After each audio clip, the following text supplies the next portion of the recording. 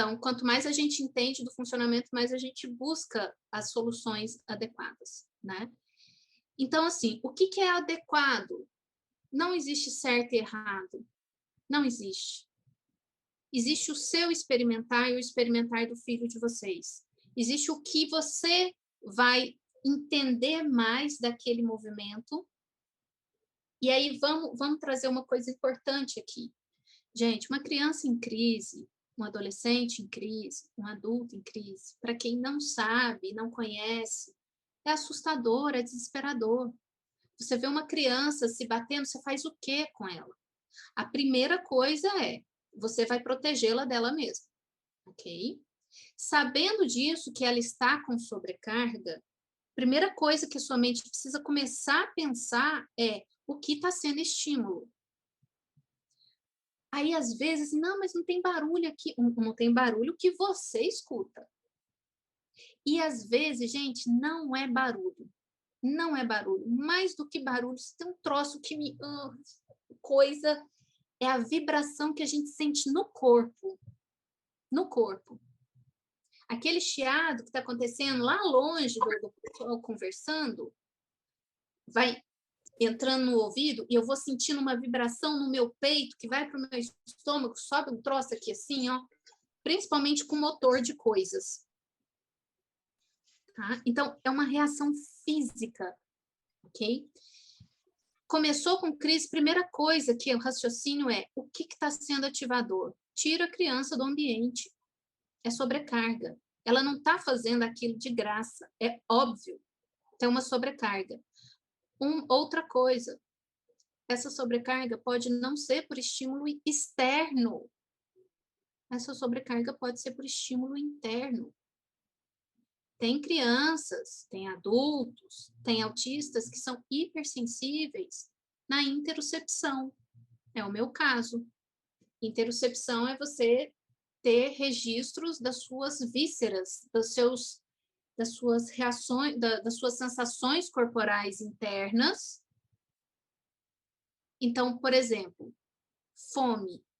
Se eu começar, eu tenho pavor da sensação de fome, porque ela muda completamente o meu humor, é um desconforto. Eu tenho uma baixíssima tolerância a desconforto, porque a minha percepção das minhas sensações internas, eu sou muito sensível nisso.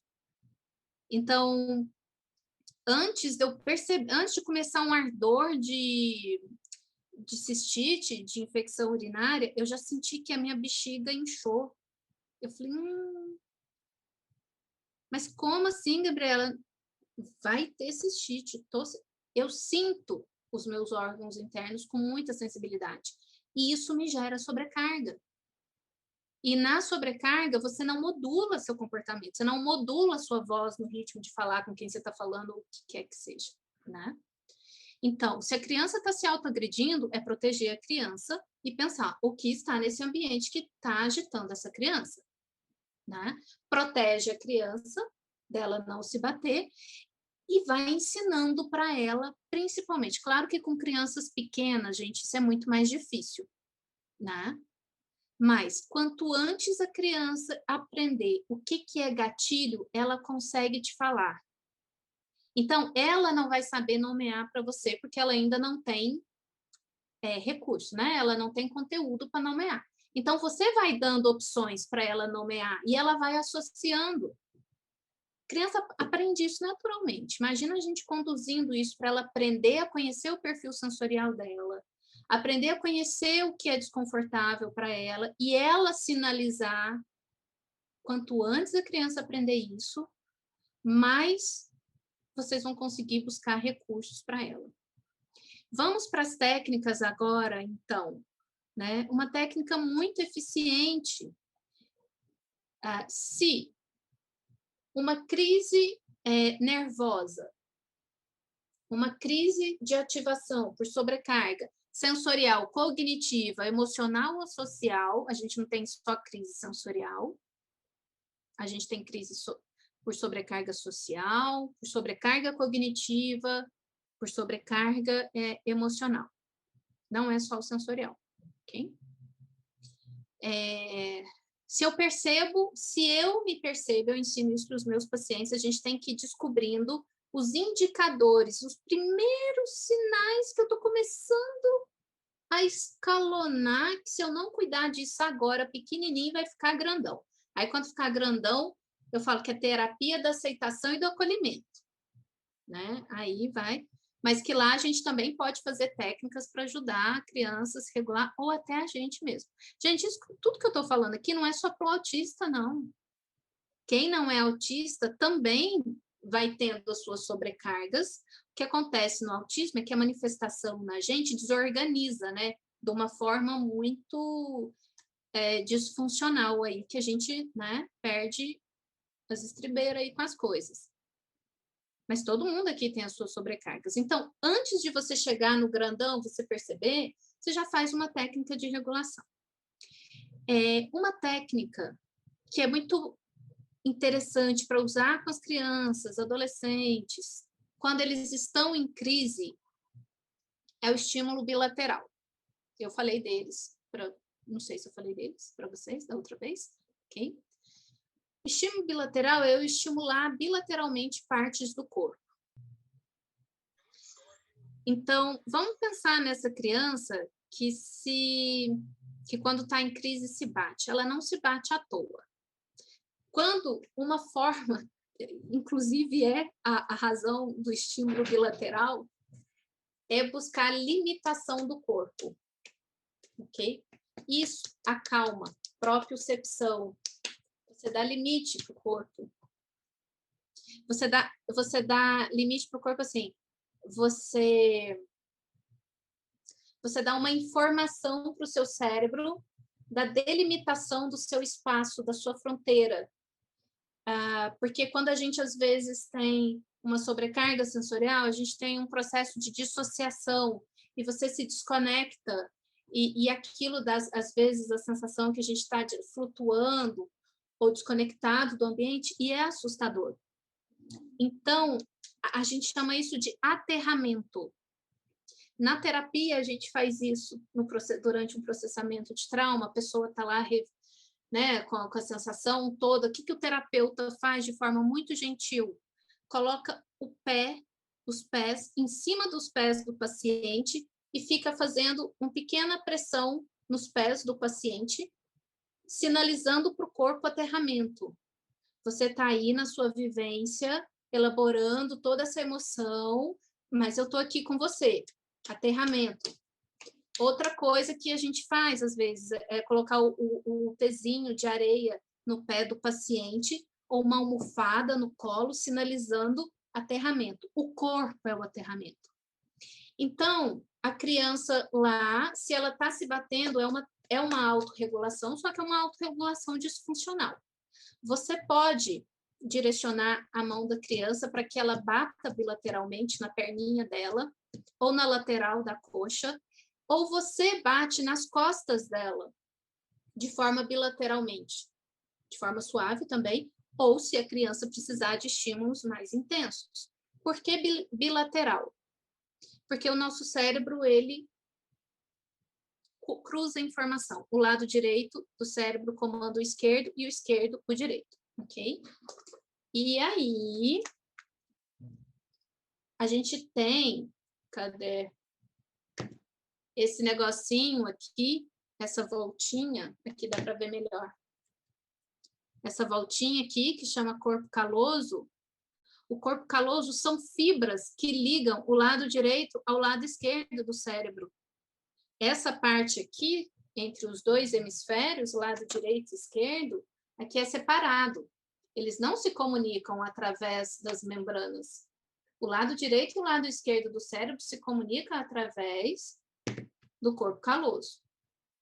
Quando a gente faz estímulo bilateral, a gente está ajudando o processamento de informação, lado direito e lado esquerdo do cérebro. Então, o estímulo bilateral ajuda no processamento de informação. Estímulo sensorial é informação. E o transtorno sensorial é uma alteração no processamento dessa informação. Okay? Então, eu posso ajudar a criança a fazer a sua autorregulação ou processar aquela informação que está sendo excessiva para ela com o estímulo. Às vezes, e aí, o que vai ser bom para essa criança? Não sei, experimentem. Às vezes, o estímulo bilateral auditivo. Eu tinha passado para vocês um link lá, não sei se alguém chegou a experimentar, mas algumas crianças se beneficiam com estímulo. Tem alguns estímulos que são bem fortes, crianças que foram hipossensíveis, elas vão gostar dos estímulos bilaterais fortes, porque aquilo vai regulando o sistema. A criança está descompensada lá, experimenta colocar o fone de ouvido já com estímulo bilateral. Aquilo vai ajudar ela a processar a informação que está desorganizada mais rápida. O que eu falo para os meus pacientes? Vai sair, vai no médico, vai no céu, vai no social, já vai com fone de ouvido, já vai ouvindo bilateral. Vou passar aqui agora no chat, tá, gente? Deixa eu ver aqui. Bom, eu vou colocar uma música aqui, eu não sei quem tiver no... Eu já vou pegar aqui esse som aqui, é o que eu mais gosto, ele pode servir para crianças e adolescentes também, experimentem, para vocês verem o que fica bom para essa criança, ok? Uma forma de ajudar a criança, se ela aprender que quando ela está desregulada, o filho de uma paciente minha aprendeu, quando ele começa a ficar com a mãozinha muito suada, né, de pingar assim, ele fala, o fone, que já é para colocar o estímulo bilateral, né? Tem esse vídeo, eu vou compartilhar um aqui que, para mim, ele é extremamente aversivo, mas tem paciente que gosta. Então, geralmente, eu mando vários estímulos e falo, experimente e veja qual que... Quando eu estou em sensação de dissociação, que eu estou bem desconectada, aí eu uso estímulos fortes, porque ele me ajuda a aterrar. Tem paciente meu que não gosta do auditivo, eu falo, então usa o tátil. Deixa eu subir aqui na cadeira para mostrar o que a gente pode mostrar para a criança, né? A gente fala que tem o abraço do urso, e bem nessa região aqui, passa nervo vago. Se eu bato aqui, eu estimulo o nervo vago, e isso ajuda a regular a frequência cardíaca e respiração e me trazer para o aterramento, ok? Ou então a gente ensina o abraço da borboleta. Ou bater na perninha. Okay. Para os adolescentes ou coisa assim, a gente ensina pegar num braço e no outro. E aí eu estou na fila, eu estou parado lá no lugar e estou estimulando o lado direito e o lado esquerdo. Isso sou eu no social. Ok? Se eu estiver numa mesa, em sala de aula, com a mão em cima da mesa, eu fico estimulando o lado direito e o lado esquerdo, com o dedo. Ou com a perna, batendo na minha perna. Deixa eu colocar um bilateral aqui, horrível. Esse horrível, ele tem dois estímulos. Ele tem o estímulo visual e o estímulo auditivo. Vou compartilhar a tela aqui com vocês. Tá. Estímulo bilateral, a gente tem 3 versões, tá? O tátil, o auditivo e o visual. De qualquer jeito, os 3 promovem o movimento dos olhos. É isso que ajuda no processamento de informação. Esse daqui, a bolinha vai para um lado, para o outro, então ajuda no visual. E o barulho, se você tiver com fone de ouvido, você vai perceber o barulho passando de um lado para o outro, ok? É um som irritante, mas vamos lá.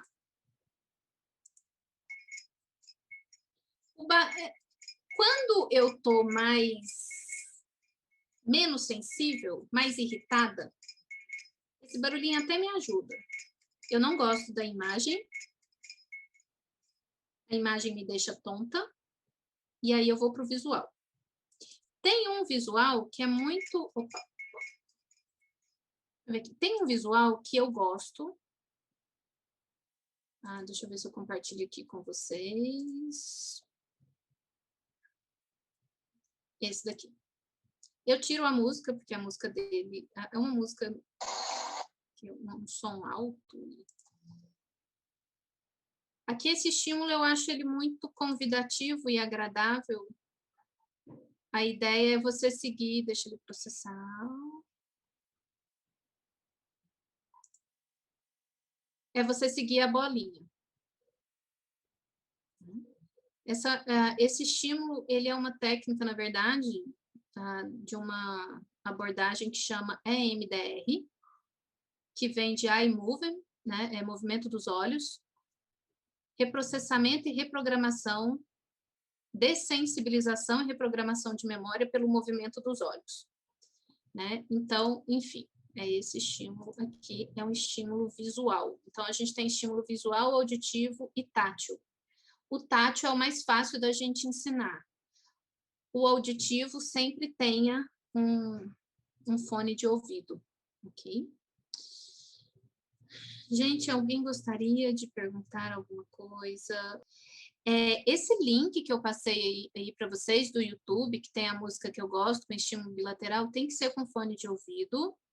E nesse canal desse artista, né, desse compositor, ele tem várias músicas muito bonitas com estímulo bilateral. Então, explorem esse canal. Cadê a Taira? A Taira tinha levantado a mão. Oi, Taira. Olá, Oi. Tudo bem? Boa noite. Bom, boa noite. Eu tenho uma dúvida, porque eu sou mãe de uma criança, de duas crianças, uma adolescente e um caçula de 8 anos. Ambos estão no espectro do autismo, só que só tem o diagnóstico do caçula e meu, né? Da minha filha está ainda em processo de fazer a avaliação neuropsicológica. Antes de tudo, queria agradecer suas sugestões, porque como minha filha realmente precisa regular algumas emoções e tenho percebido que ela também tem tido crises e treme. Então, eu vou considerar essa questão de estar mais atenta com a questão de dar o espaço para ela se regular e dar ferramentas que você deu aqui nessa live. A outra questão que eu queria falar é sobre o meu filho. O meu filho teve uma malformação no cérebro, uma ventrigomegalia bilateral moderada e afinamento do corpo caloso, não teve necessidade de válvula, porém, ele com 1 ano e 6 meses começou a ter crise de epilepsia de ausência, hoje já controlada, não usa medicamento, mas depois de todo esse contexto histórico que eu estou resumindo, veio a questão do TEA. E está tendo atraso no desenvolvimento global na questão da alfabetização. Eu queria saber, de fato, se você pudesse me explicar, o que comanda essas regiões, o que eu posso estimular, porque os neurologistas não nos explicam isso, sabe? Uhum. Que idade tem seu filho, Taira? 8 anos. 8 anos.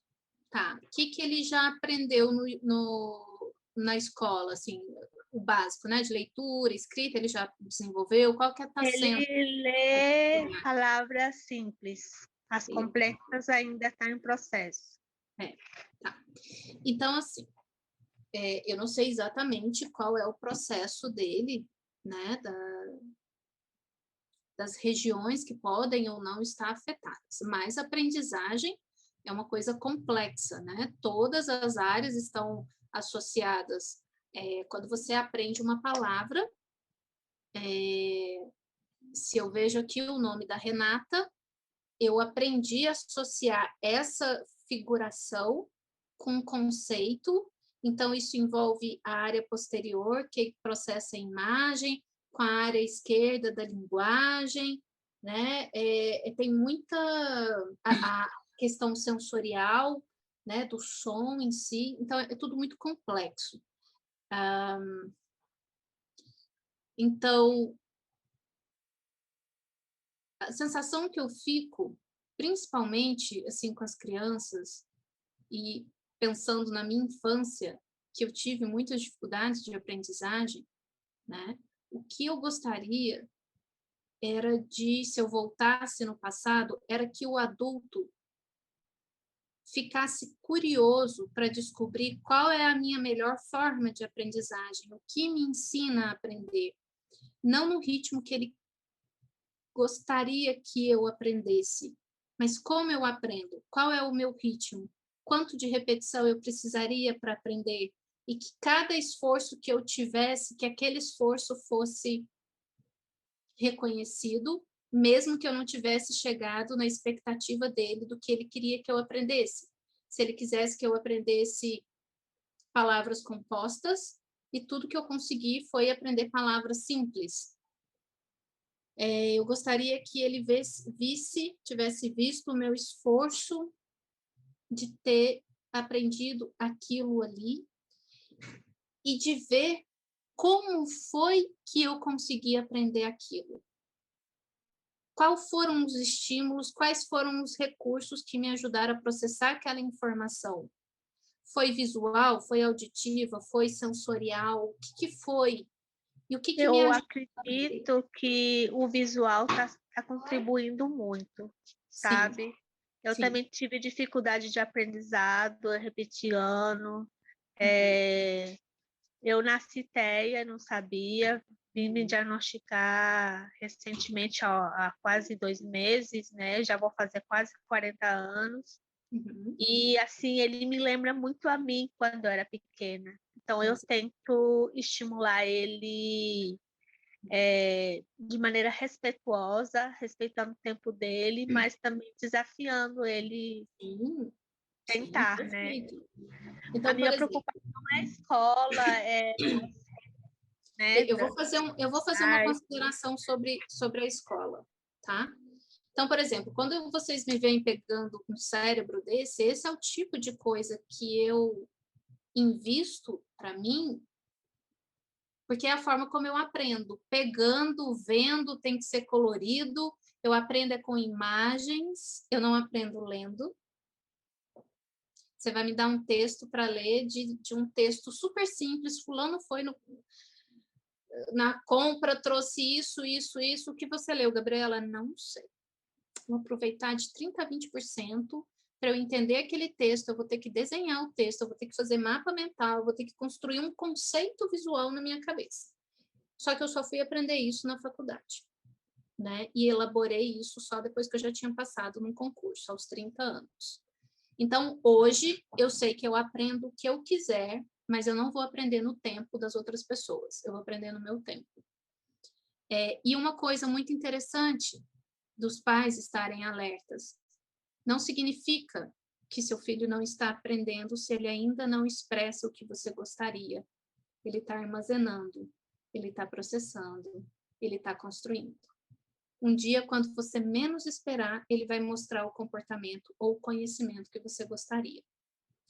Então, a minha vida, ela é cheia desses episódios que eu não entendia. Eu percebi a minha dificuldade em relação às outras crianças, adolescentes e parceiros, mesmo na vida adulta até hoje. Só que hoje a diferença é que eu sei o que acontece. Então, eu estou vendo que eu não estou aprendendo. Estou vendo que está todo mundo absorvendo informação, está todo mundo absorvendo informação e conseguindo expressar. E eu tô ali no ambiente, eu me coloco no ambiente, eu tento prestar atenção, capto da forma como eu consigo, não capto muita informação auditiva, dependendo do estilo de fala da pessoa.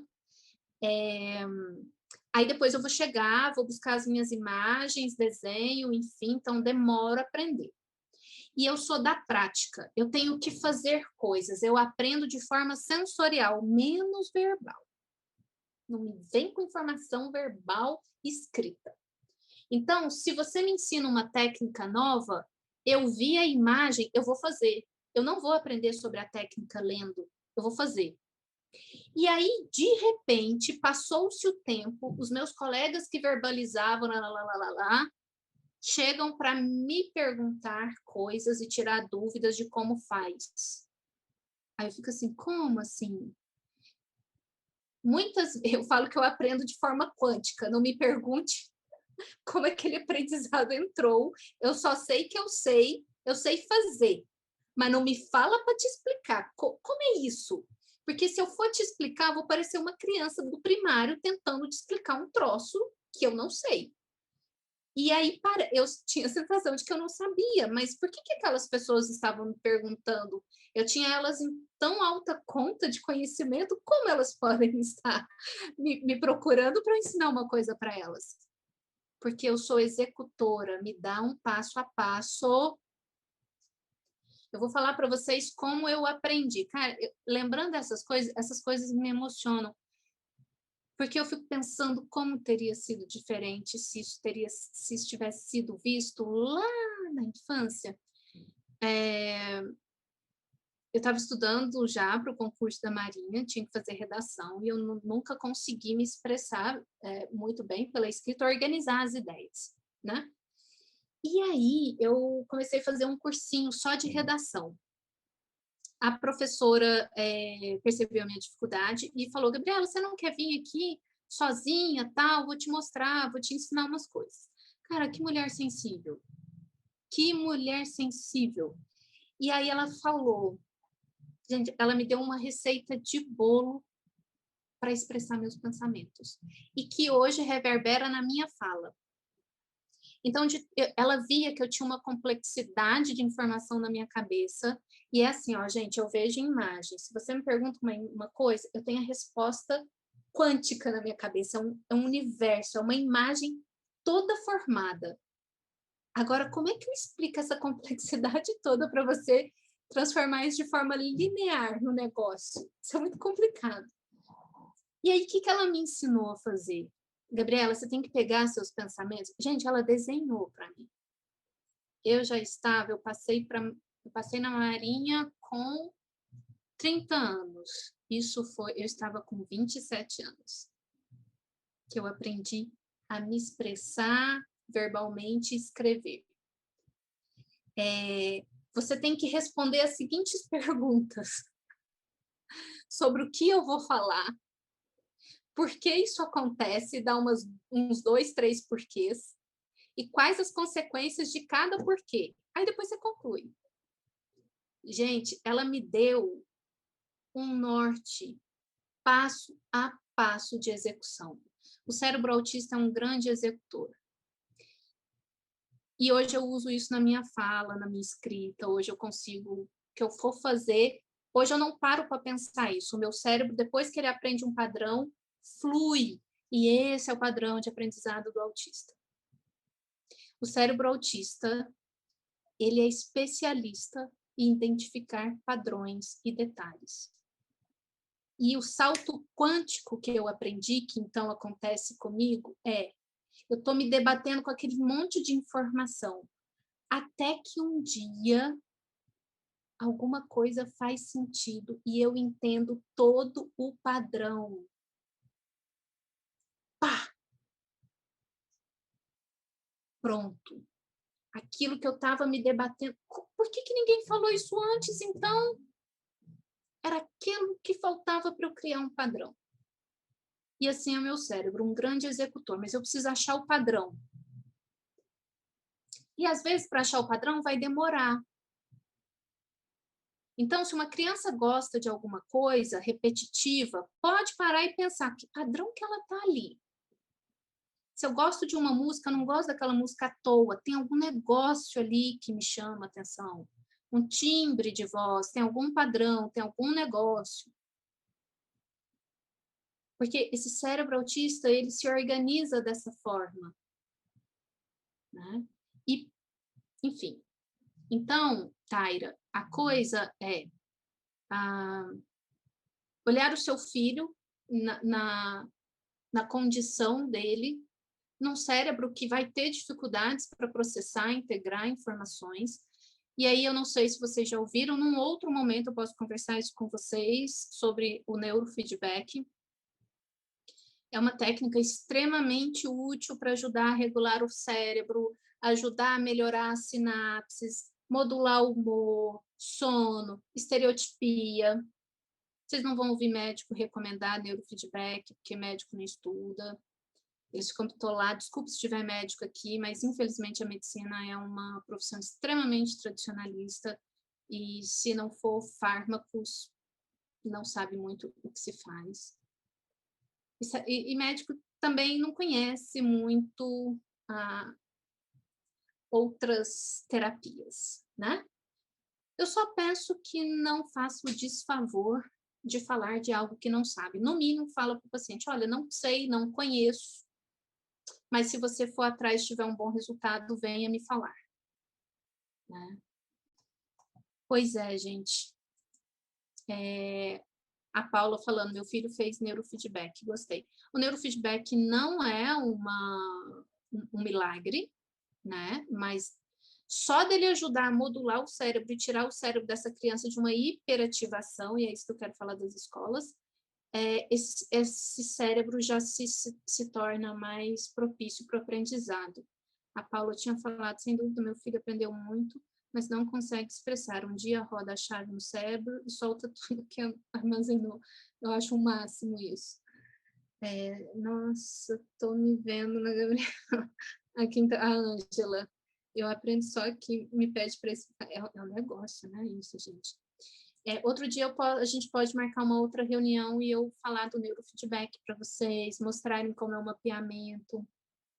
Vai ser bem legal, eu achei muito bom. Eu acho que eu mesma já só ouvi falar, não conheço, não sei como que é, mas é isso que é interessante, Gabi, a gente sair dessa caixinha quadradinha que os médicos tentam colocar a gente, aliás, nossos filhos o tempo todo e nós, para a gente pensar diferente, né? Porque o cérebro do autista é totalmente diferente. Então, a gente tem que pensar fora da caixa, agir fora da caixa, né? Exatamente. Maravilhoso, maravilhoso mesmo.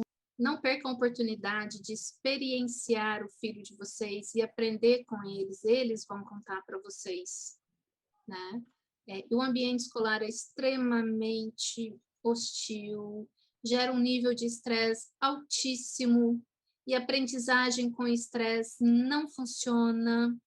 Tem o meu Instagram, deixa eu escrever aqui, é o Espectrando Consciência. Ponho aqui para elas, põe o link direto, deixa eu pegar. Já, vou colocar aqui para elas. Já estou programando de fazer uma live falando sobre isso, né? Que a gente não considera... O que eu falei para vocês, é o que eu estou esquematizando para falar numa live também, da gente olhar além do autismo, né? De entender a fisiologia do corpo, que aquilo e o autista, quando ele aprende, tanto o adulto, o adolescente, quando ele aprende a identificar e não ter medo do corpo e saber que ele está com sobrecarga, gente, assim, ó, as comorbidades como ansiedade e depressão vão ladeira abaixo, tá? Deixa eu colocar aqui o do menininho. Eu vou copiar depois e vou pôr no grupo para elas também depois. Perfeito. Certo, crianças? Perfeito, Gabi. Obrigada. Boa noite. Obrigada a todas as mamães que estiveram aí. Fiquem com Deus e até uma próxima, gente. Beijo, beijo, Gabi. Beijo, gente.